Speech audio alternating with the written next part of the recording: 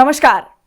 राष्ट्र, राष्ट्रियता, सभ्यता र संस्कारको संगम बागमती टेलिभिजनमा स्वागत छ। म रेखा श्रेष्ठ। समादरणीय दर्शकवृन्द, टेलिभिजनको पर्दामा देखिने दृश्य र प्रस्तुति सबै सत्य र तथ्यमा आधारित हुन्छन् भन्ने दावी गर्नु तपाईमाथि अन्याय गरेको ठहर्छ। तथापि हामी तपाईलाई विश्वास दिलाउन चाहन्छौँ, हाम्रो यो प्रस्तुति सत्यको नजिक पुग्नेछ, तथ्य प्रस्तुत गर्दा चुक्ने छैन र यथार्थ खोज्ने कुरामा कन्जुस्याइ गर्ने छैन। हामी चाहन्छौँ कार्यक्रम वार रुम प्रत्येक नेपालीको चुला चौकादेखि घाँस, बाँस र कपाससम्म सँगसँगै हिँड्न सकोस् र तपाईको लक्ष्य प्राप्तिको कोसेढुङ्गा साबित होस्। त्यसैले पनि हामी तपाईसँग अनुरोध गर्दछौँ, आउनुहोस्, हरेक समस्याको समाधान मिलेर खोजौँ। बेथिति, अनियमितता र भ्रष्टाचारको जरो किलो उखेलौँ र एउटा सभ्य समाज निर्माणको पहरेदार बनौँ।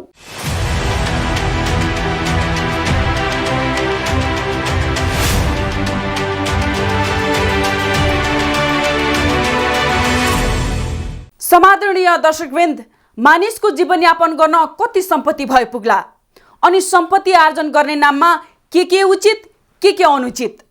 धन सम्पत्ति भन्दा माथि पनि केही छ? यी प्रश्न ती नवढनाढ्य भनाउँदाहरूका लागि हो, जसले आफ्नो जीवनमा एनी हाउ पैसा कमाऊ भन्ने बाहेक केही जानेकै छैन।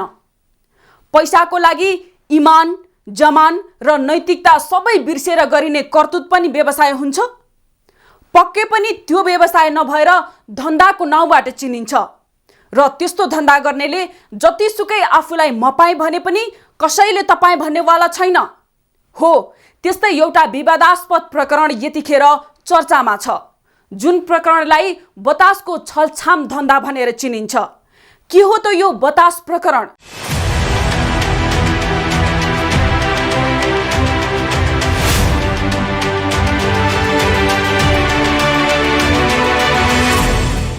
नेपाली संस्कृति, सभ्यता र ऐतिहासिक पुरातात्विक स्थलहरूको संरक्षण गर्नु यति बेला चिन्ताको विषय बन्दै गएको छ। यसको पछिल्लो उदाहरण हो नारायणहिटी दरबार सङ्ग्रहालय। राष्ट्र, राष्ट्रियता र सभ्यताको संरक्षण गर्न कुर्चीमा बसेकाहरू नै माफियासँग मिलेर कमाउ धन्दामा लागिरहेका छन्। तत्कालीन प्रधानमन्त्री केपी शर्मा ओली नेतृत्वको सरकारका संस्कृति, पर्यटन तथा नागरिक उड्डयन मन्त्री योगेश भट्टराई र सचिव यादव प्रसाद कोइराला माफियासँग मिलेर पावर र कुर्चीको दुरुपयोग गर्दै ऐतिहासिक तथा पुरातात्विक स्थलको जग्गा बतास समूहलाई भाडामा दिएर व्यक्तिको कमाई खाने भाडो बनाइदिए। पाप धुरीबाट कराउँछ भन्छन् बुढापाकाहरू। ऐतिहासिक पुरातात्विक स्थलहरूको संरक्षणका लागि बसेका यी कुर्ची माफियाहरूको करतुत जनतामाझ यति बेला छर्लङ्ग नाङ्गिन पुगेको छ।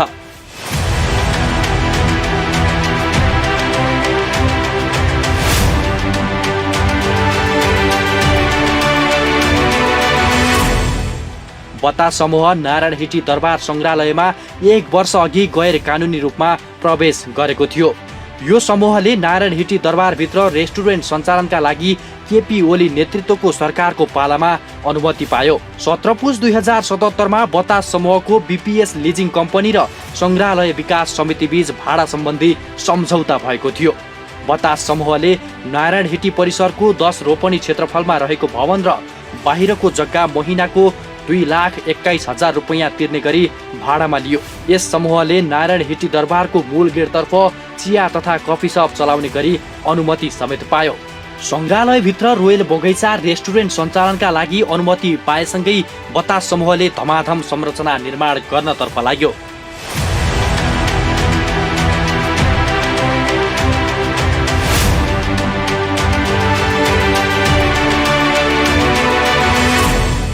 गत वर्ष नारायणहिटी व्यवस्थापन समितिले आह्वान गरेको टेन्डरमा 4 वटा कम्पनी सहभागी भएका थिए, जसमध्ये 3 वटा बतास अन्तर्गतकै कम्पनी थिए। बतासले नै नारायणहिटी पाउने गरी सेटिङमा टेन्डर आह्वान गरेको थियो।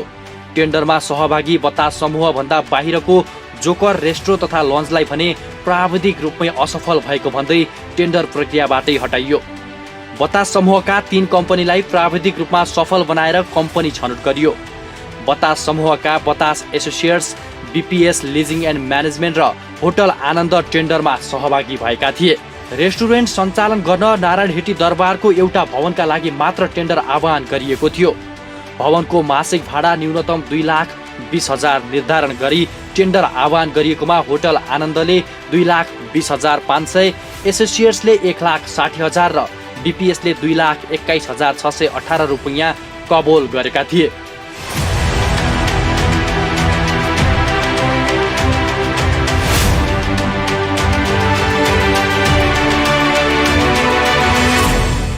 र 3वटा कम्पनीमध्ये बीपीएसले सबैभन्दा बढी रकम तिर्न कबोल गरेको भन्दै सङ्ग्रहालय समितिले दरबारभित्रको भवन प्रति वर्गफिट 102 रुपैयाँको दरले भाडामा करार दिने सम्झौता गर्यो। सङ्ग्रहालयकै समितिको मिले मतोमा टेन्डर हत्याउन बतास समूहले आफ्नै 3वटा कम्पनीलाई टेन्डरमा सहभागी गरायो। नारायण हिटी दरबार सङ्ग्रहालय तथा गणतन्त्र स्मारक व्यवस्थापन तथा सञ्चालन समितिले सङ्ग्रहालयको गेटबाट पश्चिमपट्टि रेस्टुरेन्ट बनाउन भाडामा पाएसँगै बतास अर्गनाइजेसनले नारायण हिटी दरबार सङ्ग्रहालयभित्र कफी सप र रेस्टुरेन्टका लागि संरचना बनाउन धमाधम सुरु गर्यो। भवन वा अन्य कुनै संरचना बनाउँदा अनुमति लिन आवश्यक छ, तर यो समूहले बनाउँदै गरेको रेस्टुरेन्टको अनुमति कहीँ कतै कसैसँग लिएको पाइँदैन। रेस्टुरेन्ट सञ्चालनका लागि धमाधम पक्की संरचनाहरू तयार भइ नै रह्यो।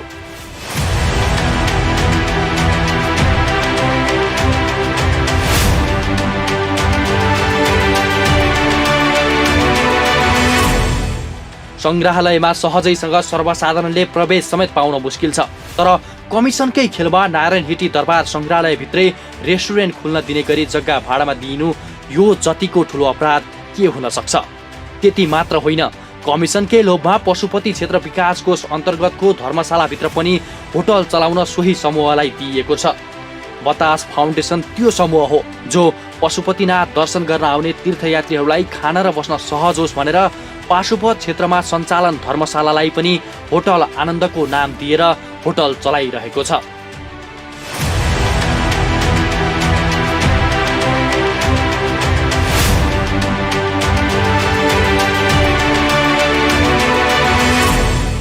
तनहुँ जिल्लाको ऐतिहासिक ठाउँ हो तनहुँसुर। तनहुँसुरका पाका अभिभावकहरू पुन्टे कान्छोलाई अहिले पनि बेला बेलामा सम्झन्छन्। तनहुँसुरमा जुन दिन पुन्टे कान्छो देखिन्थ्यो, भोलिपल्ट मन्दिरका मूर्ति, टुँडाल जस्ता ऐतिहासिक महत्त्वका सामग्रीहरू गायब हुन्थे। पुन्टे कान्छो लुगाकोठीमा काम गर्दै तनहुँसुरबाट कास्की पुग्दासम्म निकै ढनाडे भइसकेको थियो। पुन्टे कान्छो, तनहुँसुर र बतासको अन्तर्सम्बन्ध के हो? गुदी कुरा खोतल्न तनहुँसुरका अग्रजहरूले आग्रह पनि गरेका छन् हामीसँग। यो विषय हामी अर्को अंशमा प्रस्तुत गर्नेछौँ। के हो बतास काण्ड? यो काण्डमा को संलग्न छन्?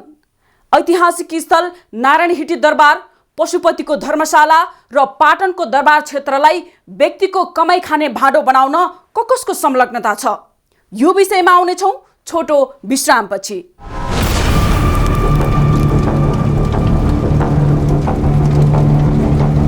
बतास प्रकरणको आदिवेरीमा भेषनारायण दाहालको पद शहीद भयो।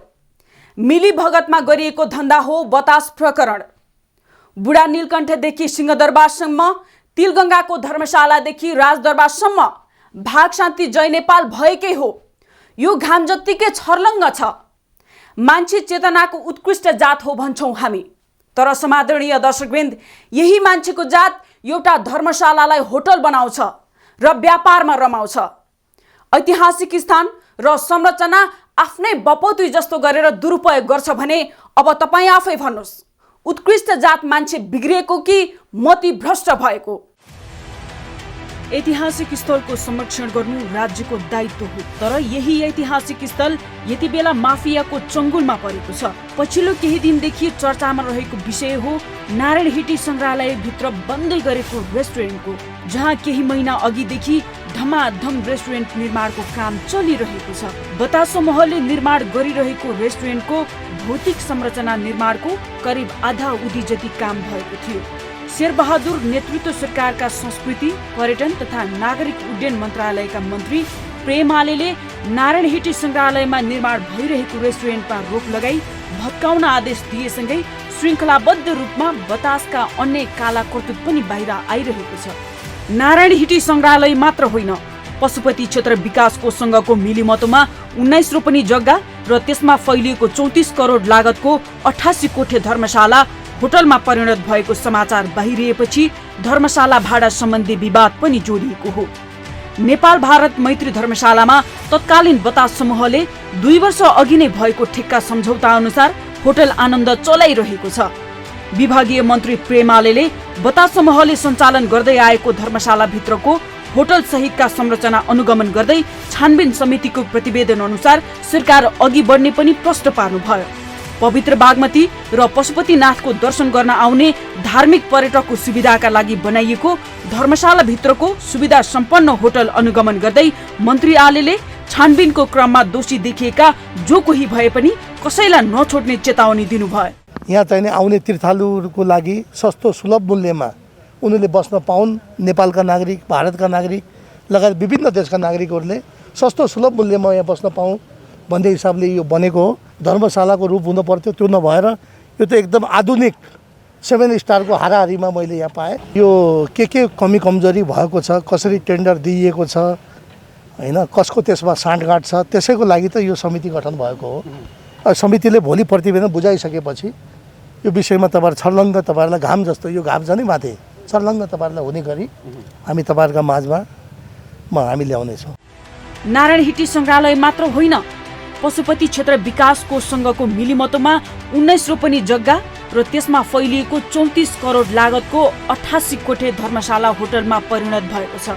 पशुपतिनाथ दर्शन गर्न आउने तीर्थयात्रीहरूलाई खान र बस्न सहज होस् भनेर पशुपति क्षेत्र तिलगङ्गामा बनाइएको धर्मशालालाई बतास फाउन्डेसनले आनन्द नाम दिएर होटल सञ्चालन गरिरहेको छ। भारतको सहयोगमा बनेको नेपाल भारत मैत्री धर्मशाला यति बेला बतास समूहले होटल आनन्दको नामबाट सञ्चालन गरिरहेको छ। यहाँ बस्नेले एउटा कोठाको खाना बाहेक 24 घण्टाको करिब 7,000 रुपैयाँसम्म तिर्नुपर्छ।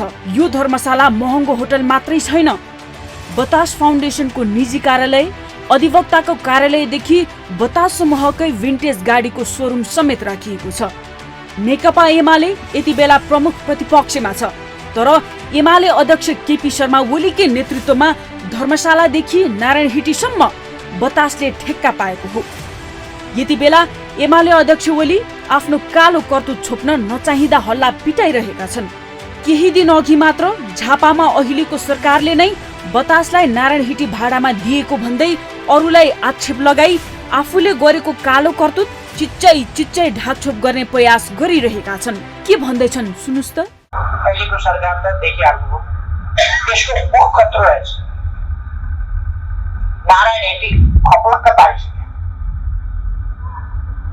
नारायण हिटी नै खान लागेको भनेपछि सुरक्षाको भन्दा धेरै गुणा ठुलो हो।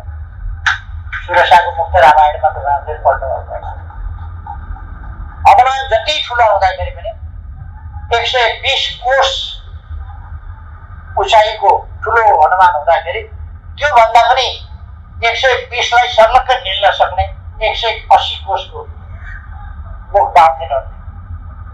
180 कोषको भन्दा ठुलो मुखदार 200 कोषको मुखदार नारायणजी निल्न देखिकन जनता गराएपछि यस्तो भागुकी गरेर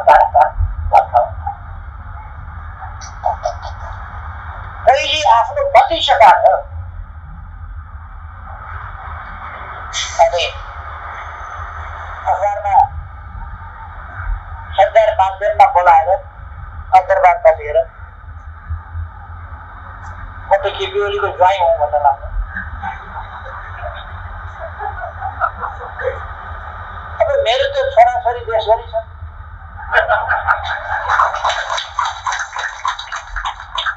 अब छोरी देशभरि छन्, छोरीसँग बिहे गर्ने ज्वाइँ त हुने,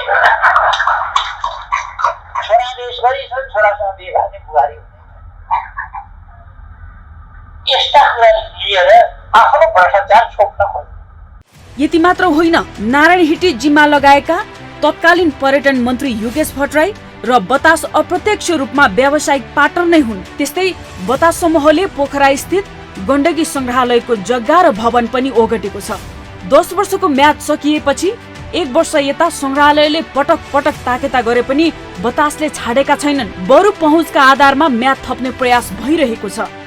संग्रहालयले पहिले नै बनाएको भवन र झण्डै 2 रोपनी जग्गा बतासले भाडामा पायो। पहिले भएको भवनसँगै जोडेर बतासले अर्को भवन थपेर अटोवेज प्रालीका नाममा विभिन्न गाडीको सोरुम चलाउँदै आएको छ। त्यस्तै पोखराको कृषि सामग्री कम्पनी लिमिटेडको पोखरा पृथ्वी चोक र तनहुँ सदरमुकाम दमौलीका जग्गा र सटर लिएको बतासले गत 1 वर्षदेखि भाडा नै बुझाएका छैनन्। पटक पटक ताकेता गर्दा पनि बतासले आर्थिक वर्ष 2077-78 यताको 73,78,000 भाडा बुझाएका छैनन्। पोखरा महानगरले सेती नदी थुनेर 35 वर्षसम्म रामघाटबाट ढुङ्गा गिटी बालुवा निकाल्न बतास समूहलाई दिन लागेको छ। 6 अर्ब 19 करोड बजेट भएको पोखरा महानगरले वार्षिक जम्मा 7 करोडका लागि सेती नदी बी रिभर माइनिङ कम्पनीलाई जिम्मा लगाउने तयारी गरेको छ। यस्तै तनहुँको सेल्फी डाँडाको रूपमा चर्चित मानुकोट 50 वर्षका लागि लिजमा लिन बतास समूहले ब्यास हिल्स प्राली खडा गरेको छ।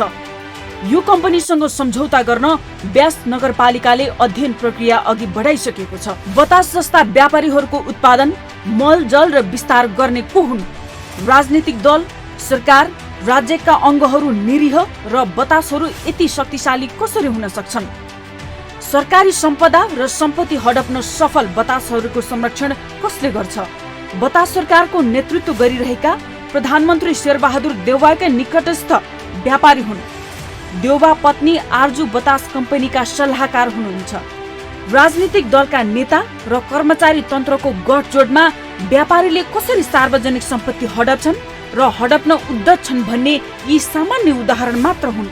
सेटिङ र व्यापारी अनुकूल कानुनै संशोधन गरेर पुरातात्विक तथा सांस्कृतिक सम्पदा एटी होल्डिङ्स जस्ता कम्पनीलाई सत्ता र कर्मचारी मिलेर जिम्मा लगाएको उदाहरण पनि ताजै छन्। सामान्य परिवारबाट तनहुँदेखि पोखरा, पशुपतिको धर्मशालादेखि नारायणहिटी र पाटन दरबारसम्म हात पार्न सफल व्यवसायी बतासको यति बेला बतासरी तीव्र वेगमा चर्चा भइरहेको छ। तत्कालीन सरकारले ऐतिहासिक स्थल नारायणहिटी दरबार भित्रको जग्गालाई भाडामा लिई रेस्टुरेन्ट चलाउन बतास अर्गनाइजेसनलाई दिएसँगै संग्रहालय विवादमा मुछिन पुग्यो।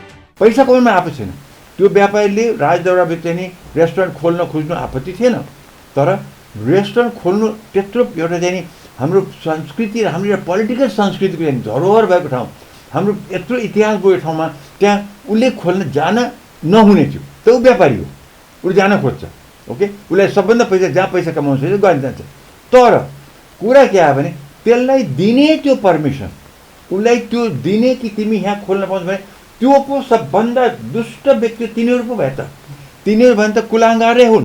नारायणहिटी दरबार संग्रहालय तथा गणतन्त्र स्मारक व्यवस्थापन तथा सञ्चालन समितिले दरबारभित्र संरचना थप गर्न कहीँ कतै कसैसँग अनुमति लिएको पाइँदैन। करिब 10 रोपनी क्षेत्र रेस्टुरेन्टले प्रयोग गर्न लागेको कम्पनीसँग मासिक 2,21,000 रुपियाँ भाडा लिने गरी सम्झौता भएको पाइएको छ। कुनै पनि निकायहरूले नक्सा पास गर्दा, घर निर्माण गर्दा नक्सा पास अनिवार्य छ। अब कतिपयले चाहिँ अब नक्सा पास गर्दैन, कतिपयले गर्दैन। अब धेरै जस्तो चाहिँ दायरामा आइसकेको छ, कति आएको छैन, त्यो पनि हामी सबैलाई दायरा ल्याउन खोजिरहेको छ। होइन, अब त्यो त छानबिन समिति नै गठन गरेर नेपाल सरकारले त्यो प्रकाशितै गरिसकेको कुरामा अब हामीले बोलिराख्नु त्यति उचित छैन। गणतन्त्र स्थापनापछि संस्कृति मन्त्रालय माताहत राखिएको नारायणहिटी दरबार संग्रहालयलाई 2076 मङ्सिर 2 गते नारायणहिटी दरबार संग्रहालय तथा गणतन्त्र स्मारक व्यवस्थापन तथा सञ्चालन विकास समितिका रूपमा परिणत गरिएको थियो। विकास समितिमा रूपान्तरण गरेपछि भेषनारायण दाहाललाई कार्यकारी निर्देशकमा नियुक्त गरियो। बतास समूहलाई रेस्टुरेन्ट सञ्चालन गर्न दिएको बारे बचाउ गर्दै आएका दाहाल आफ्ना काला करतुत बाहिर आउन थालेपछि पदबाट राजीनामा दिए। मन्त्रालयले समितिका तत्कालीन कार्यकारी निर्देशक दाहालमाथि छानबिन गरी कारबाही गर्न अख्तियार दुरुपयोग अनुसन्धान आयोग र नेपाल प्रहरीलाई सिफारिस गरेको थियो। अब हामी छिटै प्रतिवेदनको माध्यमबाट छलफलद्वारा अनुसन्धान र आवश्यक कारबाहीको लागि अख्तियार दुरुपयोग अनुसन्धान आयोगको पनि ध्यान जानेछ भन्ने मैले विश्वास लिएको छु र साथै जसले यसमा कमी कमजोरी गरेका छन् ती सबैलाई कडाभन्दा कडा कारबाही गर्नको लागि हामी अगाडि बढ्नेछौँ भन्ने कुरा म तपाईहरु सबैको माझमा राख्न चाहन्छु। दाहालले सम्झौता भन्दा बढी करिब 14 रोपनी जमिनमा संरचना निर्माण गर्दा पनि नारायणहिटी संग्रहालय परिसरको सम्पत्तिको संरक्षण र सम्वर्धनको जिम्मेवारी पूरा नगरेको छानबिन समितिको ठहर छ। छानबिन समितिले प्रतिवेदन बुझाएकै भोलिपल्ट दाहालले कार्यकारी निर्देशकबाट राजीनामा दिए।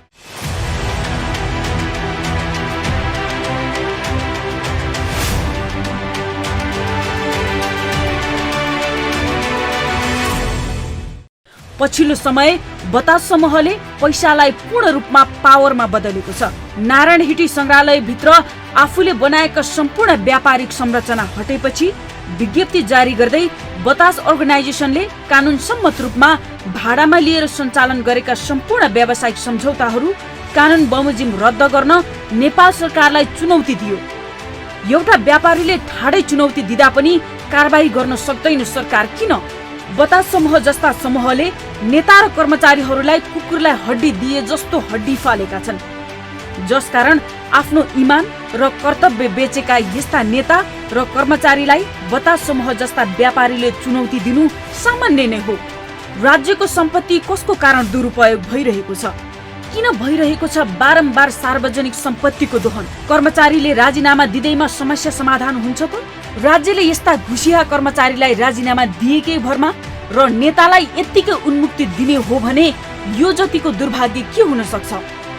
यस्ता घटना देशमा पहिलो पटक भने भएको होइन, बारम्बार दोहोरिरहेको छ। तर यस्ता माफियाहरूलाई कारबाही भएको भने नगन्य नै छ। माफियाहरूलाई कुर्सीमा बसेका अर्का माफियाहरूले नै जोगाइरहेका छन्। त्यसैले यस्ता कुर्सीमा बसेका माफियाहरूबाट देश र जनताले के आशा गर्ने? यस्ता माफियाहरूलाई जनताले नै कारबाही गर्ने बेला आएको छ। राजनीतिक आवरणबाट बाहिर निस्केर एकपटक जनता भएर सोचौं, अनि मात्र हामीमाथि हैकम जमाउँदै आएका यस्ता माफियाहरूलाई जरैबाट उखिलेर फाल्न सक्छौं। यदि हामी कार्यकर्ता मात्र भयौं भने यस्ता माफियाहरूले सधैँ राज्यका सम्पत्ति लुटिरहनेछन् र हामीमाथि सधैँ राज गरिरहनेछन्। धन हुनेको मन हुँदैन, मन हुनेसँग धन हुँदैन भन्थे हाम्रा अग्रजहरू। बतास प्रकरण होस् या यति प्रकरण वा ओम्नी प्रकरण, यी सबै धन्दा सोझा साझा नेपाली जनताको विश्वासमाथि नेताहरूले गरेको कुठाराघात हो। मठ मन्दिर पार्टी पौवा समेत कब्जा गरेर ठालु पल्टनेहरू राजनीतिक दलकै हुक्के बैठकेहरू हुन्। जबसम्म यस्ता बिचौलिया र माफियाहरूको रजगज चलिरहन्छ, नेपाल आमाको छाती पोलिरहन्छ। त्यसैले उठौं, जागौं र देशको पहिचान मास्न खोज्नेहरूलाई समाजबाटै बहिष्कार गरौं।